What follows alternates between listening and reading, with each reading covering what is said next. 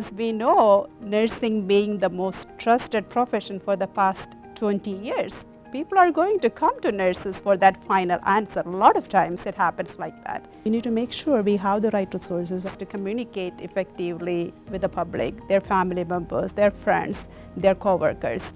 And as we know, our students who started nursing in the middle of pandemic, and then they're going to actually graduate before this pandemic is over. So I take their team of 3 and I divide them into subgroups, and they will address different simulation scenarios that we've developed. First one, we should have a mother who's concerned about her 13-year-old daughter receiving the vaccine, especially now with the misinformation being received about the vaccine affecting pregnancy. We've actually had pregnant women get the COVID-19 vaccine and have healthy, normal pregnancies, deliveries, so it hasn't been an issue. If anything, I don't know if you remember when you were pregnant getting the DTaP vaccine, right?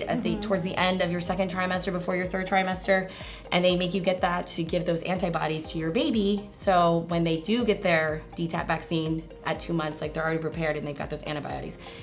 COVID-19 vaccine is kind of doing the same thing, right? If you're pregnant, you get the vaccine, you're giving those antibodies to your baby. There are no studies that show that it affects fertility, and really no studies that show that it affects the menstrual cycle as well, and if it does affect it, then it's temporary. The second one would be a client who's had COVID, and if he or she does get the vaccine, what are the side effects? So I already had the virus. Do I really need to get the vaccine? While I do understand your concerns, and there is a very valid question, I would say yes to go ahead and get a vaccine also, because the vaccine and COVID would provide another extra layer of protection for you. So since you did have COVID, it does provide you with some natural immunity.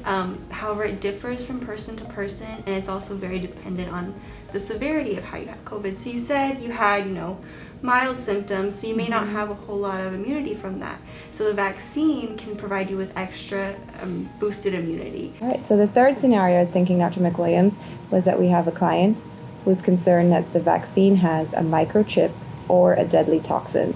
This is some of the information that is being Googled right now. So I understand your confusion, but the vaccine itself does not contain a microchip, but the boxes of where the vaccines come from contain a serial lot number from where it's being tracked, from where the manufacturing is, from where it's being produced. The Centers for Disease Control has an ingredient list on their website, so you can see what's in the vaccine, and there's no toxins inside. So I think it's really important that we build on the students' knowledge, that we bring in different aspects of culture and cultural humility. And so our posters will actually address certain populations based on what that population is and the hesitancy that might be within that population.